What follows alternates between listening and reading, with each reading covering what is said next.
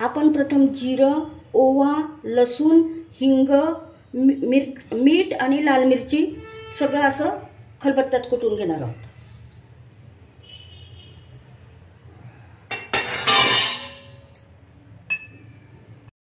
सप्तशृंगी किचनमध्ये आज आपण करणार आहोत भजे. त्यासाठी 2 वाटी चना डाळीचं पीठ घेतलेले, ह्या वाटीचं प्रमाण. कांदे घेतलेले 2 वाटी, तांदूळ पीठ घेतलेले अर्धी वाटी घेतलेले, मिरच्या थोड्याशा चवीप्रमाणे वाटले ते, आणि कोथिंबीर सढळ हाताने घेतलेली कारण कोथिंबीर स्वस्त झालेली. आलं लसूण जिऱ्याचा मसाला तयार केलेला आहे आणि हळद घेतलेली. आता आपण भजींसाठी पीठ मळून घेत आहोत. त्यासाठी मी 2 वाट्या घेतलेलं हे बेसन पीठ टाकून घेतलेलं आहे.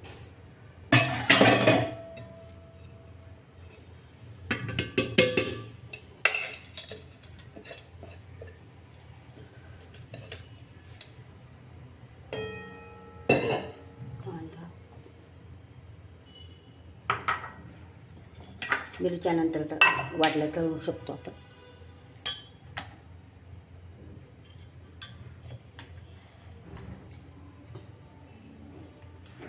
मी हात स्वच्छ धुवून घेतलेले.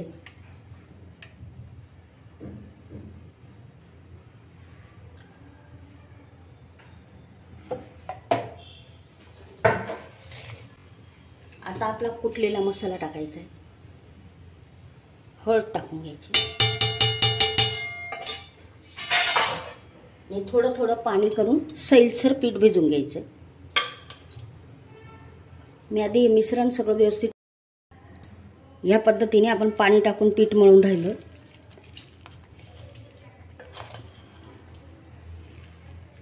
थोडं थोडं पाणी टाकत पीठ मळायचं आहे.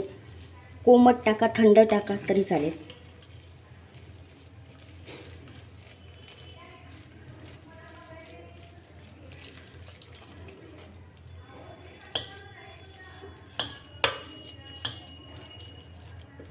या पद्धतीने आपण पीठ भिजत आहोत.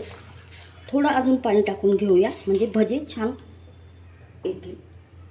हे भजे 7 ते 8 लोकांसाठी आहेत.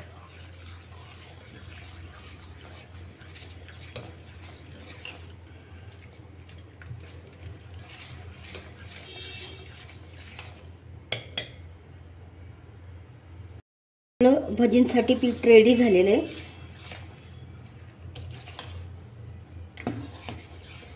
त्यात आपण थोडंसं बेकिंग पावडर अगदी चिमूटभर टाकून घेऊ.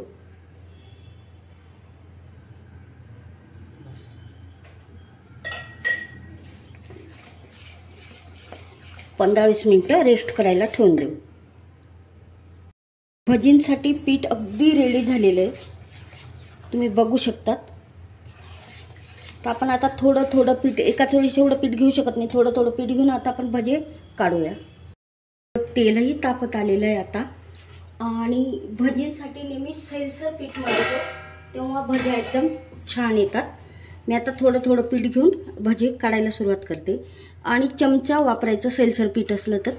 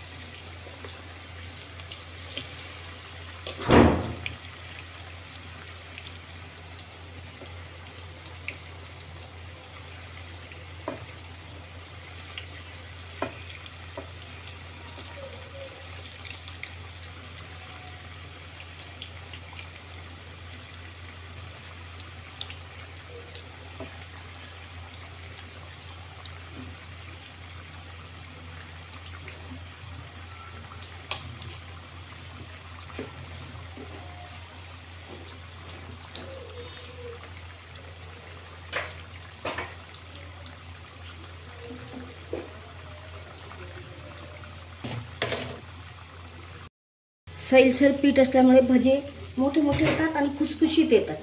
आकार नाही येत त्यांना.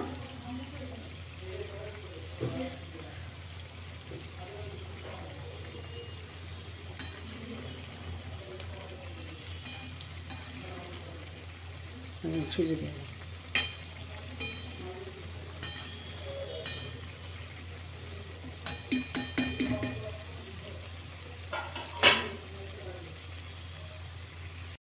हे बघा, आपली अशी अप्रतिम भज्या झालेल्या आहेत, एकदम खुसखुशीत.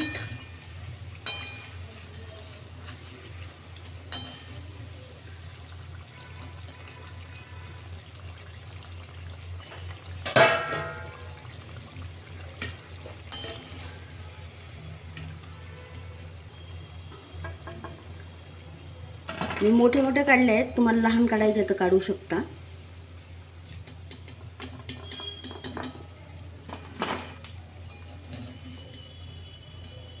जवळजवळ आपल्याला 7-8 लोकांसाठी करायचं आहे.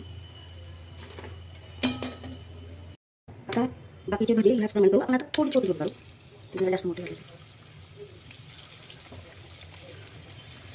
या पद्धतीने आता आपण सर्व भजे तळून घेऊ. आता आपले किती सुंदर भजे तयार झालेले आहेत.